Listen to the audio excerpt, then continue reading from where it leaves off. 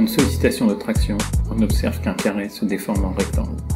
On définit la déformation longitudinale suivant l'axe de traction, comme le rapport entre l'allongement ΔL et la longueur L. Dans la direction perpendiculaire à la traction, on constate un rétrécissement. On y associe la déformation transversale, εt. L'opposé du rapport entre la déformation transversale et la déformation longitudinale définit le coefficient de Poisson nu. Ce coefficient est une constante qui dépend du matériau.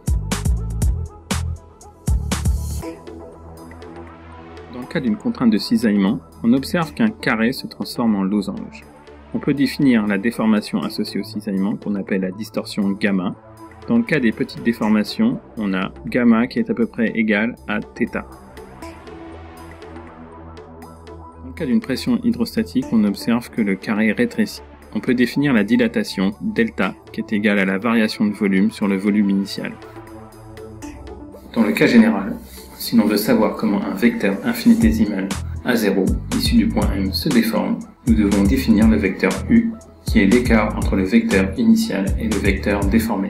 U s'obtient grâce au tenseur des petites déformations, epsilon de M. Ce tenseur peut également se représenter sous la forme d'une matrice 3-3 symétrique.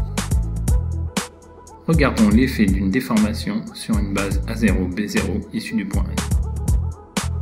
Calculons le vecteur U associé au vecteur A0,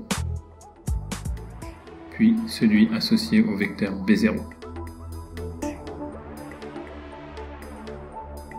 Constate que les termes diagonaux caractérisent l'allongement des vecteurs A0 et B0 et que les termes epsilon 1,2 et epsilon 2,1 caractérisent leur inclinaison.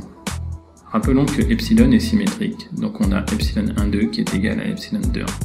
Ceci nous permet de calculer la distorsion gamma 1,2 qui est égale à 2 fois epsilon 1,2. Dans cette vidéo, nous avons vu trois types de déformations élémentaires. La déformation longitudinale, epsilon, la distorsion, gamma, et la dilatation, delta. Dans le cas général, la déformation est modélisée par le tenseur des petites déformations. Il permet de trouver la déformée d'un vecteur infinitésimal issu d'un point M. Je finirai par rappeler que les déformations n'ont pas d'unité.